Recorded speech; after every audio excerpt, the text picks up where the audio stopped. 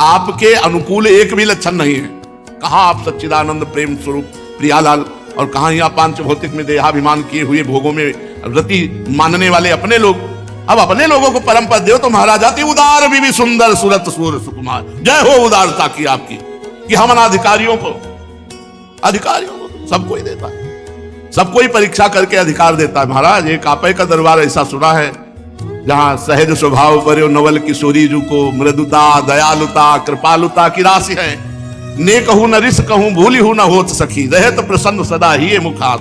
ऐसी सुकुमारी प्यारे लाल जू की प्राण प्यारी, धन्य धन्य धन्य तेई जी इनके उपास।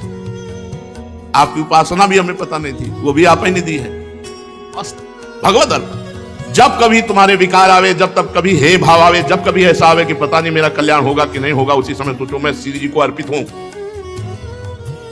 आपको इतना विश्वास है कि 4 रोटी दाल कढ़ी चावल और मिठाई हम अर्पित करते हैं, पर्दा लगाते हैं, इसके बाद आप बड़े श्रद्धा से प्रसाद लेते हैं ना।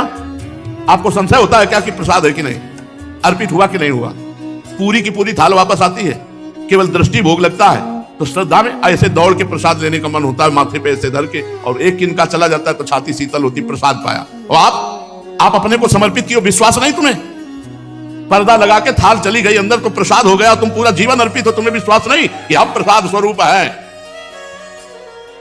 हम प्रसाद स्वरूप हैं, हम भगवत अर्पित हैं। ये भजन नहीं करते, कुछ आचरण तो तुम्हारे ठीक नहीं लगते, तो उस समय हमको नहीं बोलना गुरु जी से हम तो भगवत अर्पित है, प्रसाद स्वरूप। उस समय हम वही कहेंगे गलती पड़ी, लेकिन अंदर से यही होगा महाराज हमारी गलती नहीं, गलती आपकी है। आप इस गलती को बनाए रखे इसलिए है, अगर आप चाहो तो ठीक हो जाए, और आप नहीं चाहोगे तो हम क्यों चाहें? हमारी चाह तो आप हो, हमें गलती और गुण से कोई मतलब नहीं, हमें आपसे मतलब है। और आपको अगर गलती गुण से मतलब तो सुधार लो। आज हम सीधी शरणागति बोल लें, अगर समझ में आवे तो समझ लो, ना समझ में आवे तो फिर आगे समझ लेना।